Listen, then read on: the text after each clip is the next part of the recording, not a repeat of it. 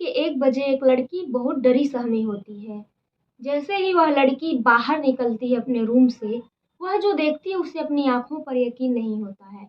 वह उसका एक भाई होता है, वह डरे हुए उसके कमरे में जाती है, उसका दरवाज़ा ज़ोर-ज़ोर से पीटने लगती है। समय होते हैं 1 बजे रात के। काफ़ी ज़्यादा दरवाज़ा पीटने के बाद भी जो है भाई दरवाज़ा नहीं खोलता है। अब जो लड़की होती है, वह कुछ और सोच लेती है या फिर उसे अंदेशा होने लगता है कि हो ना हो, जो मेरे माँ-बाप के साथ हुआ है, वही मेरे भाई के साथ भी हुआ है।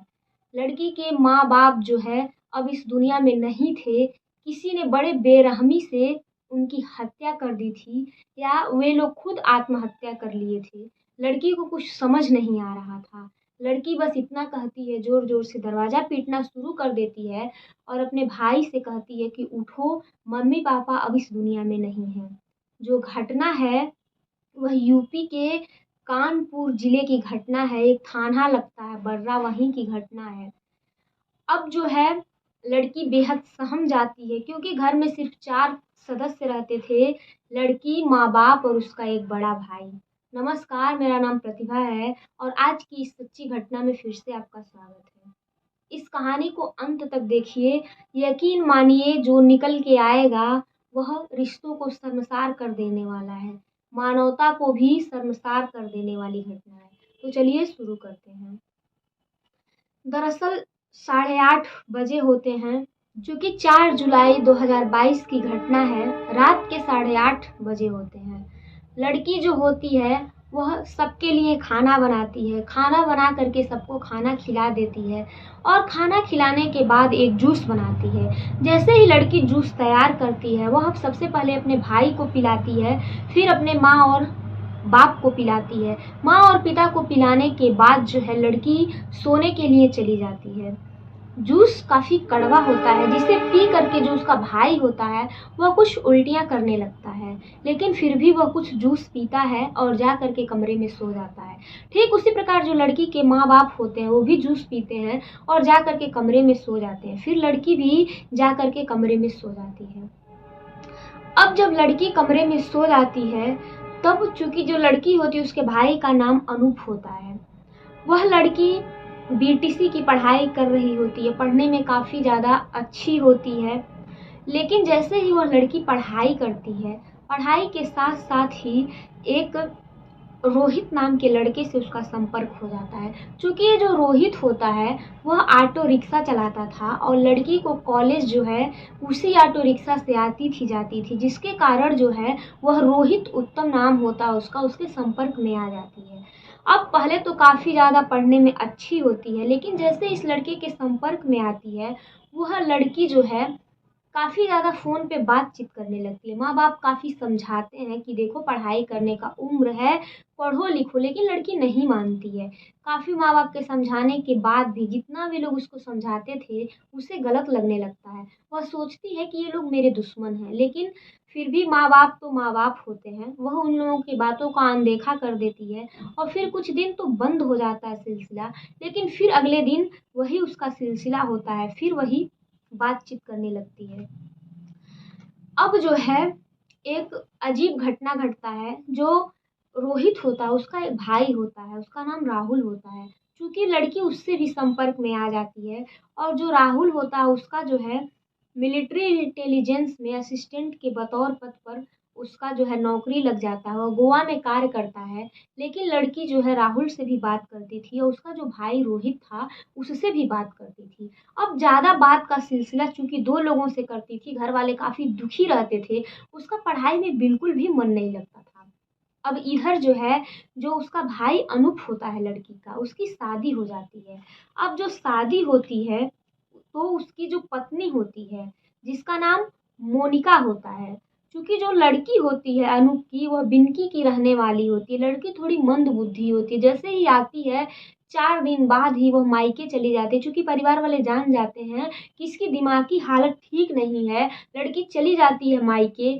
फिर जो है मायके वाले दहेज का केस करते हैं और वे लोग 50 लाख रुपए की माँग करते हैं। परिवार वाले बेहद परेशान हो जाते हैं और चूँकि जो लड़की होती है उसका नाम कोमल होता है, उसकी जो पिताजी होते हैं, उनका नाम मुन्ना लाल होता है और माँ का नाम जो है राजश्री होता है। अब लड़की के पिताजी सोचते हैं कि क्यों ना घर है, घर को बेच दिया जाए जिससे 50 लाख रुपए मिलेंगे और चूंकि मेरा बेटा काबिल है तो किसी भी तरह जो मुकदमे का विवाद है उसको सुलझा करके फिर से शादी करा दिया जाएगा। तभी वो होता है जो आप सोच नहीं सकते। अचानक जो है 2020 में, चूंकि 1.5 साल पहले लड़की को एक ऐसी घटना का, एक ऐसी बात का पता चलता है जिसके चलते ही सारा परिवार जो है तबाह हो जाता है। चूंकि लड़की को अचानक से पता चलता है कि 1998 में 24 साल पहले जो है मुन्ना लाल, चूंकि जो लड़की के पिता हैं वह, और राम प्रकाश, चूंकि दो भाई थे और राम प्रकाश को जुड़वा बेटी हुई थी और जो मुन्ना लाल है उनकी सिर्फ एक बेटा था जिसका नाम अनूप था। मुन्ना लाल जो है राम प्रकाश से कहते हैं कि तुम्हारी दो बेटियां हैं और एक बेटी को मुझे दे दो, मैं उसे बिल्कुल अपनी बेटी की तरह ही रखूंगा। अब चूंकि यह बात जो है सिर्फ 4 लोगों को पता होता है, एक मुन्ना लाल, राम प्रकाश और इन दोनों की पत्नी को पता होता है, बाकी किसी को नहीं पता होता है।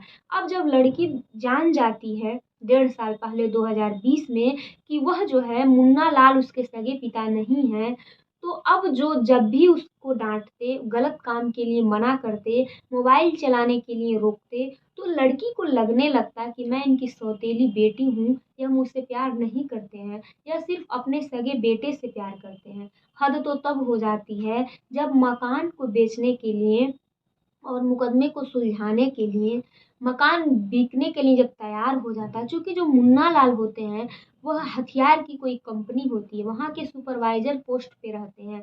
उनका भी जो है रिटायरमेंट हो जाते हैं, घर में कोई विशेष आमदनी नहीं रहती है, लेकिन फिर भी उनके पास पैसे की और प्रॉपर्टी की कोई कमी नहीं होती है।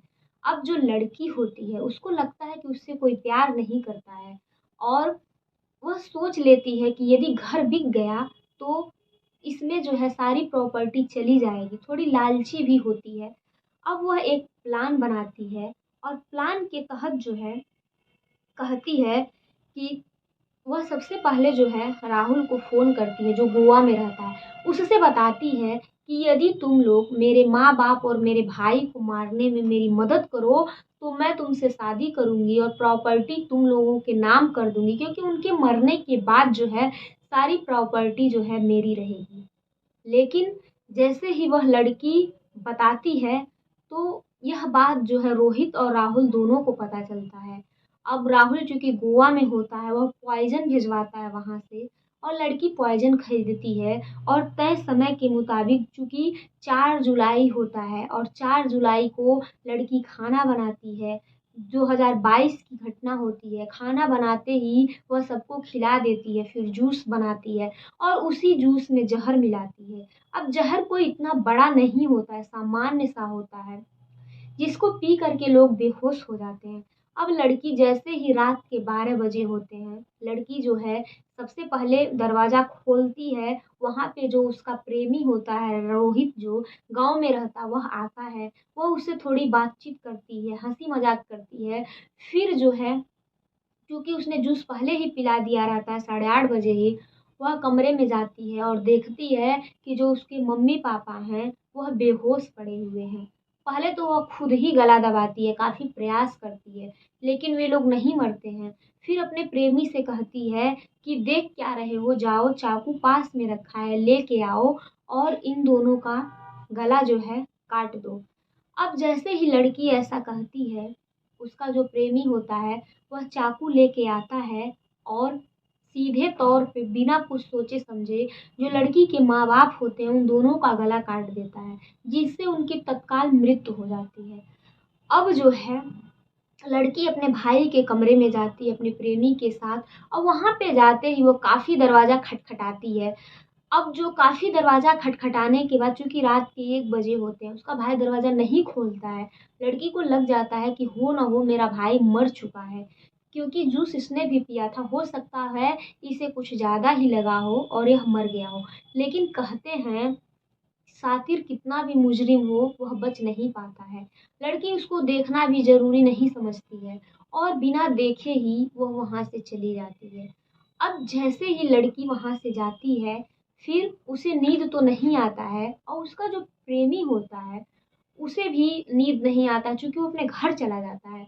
अब लड़की जो है जैसे 4 बजता है, वह फिर दो ज़ोर-ज़ोर से दरवाज़ा भाई का पीटने लगती है। लेकिन जो कहते हैं मारने वाला जो भगवान होता है और वो उसका भाई नहीं मरा होता है क्योंकि जैसे ही वह जूस पीता है एक घूँट, वह जो है काफ़ी कड़वा होता है। अब कड़वा होने की वजह से जो उसका भाई होता है, वो उल्टियाँ कर देता है क्योंकि उसके पेट में जूस का कोई भी मात्रा नहीं जाता है।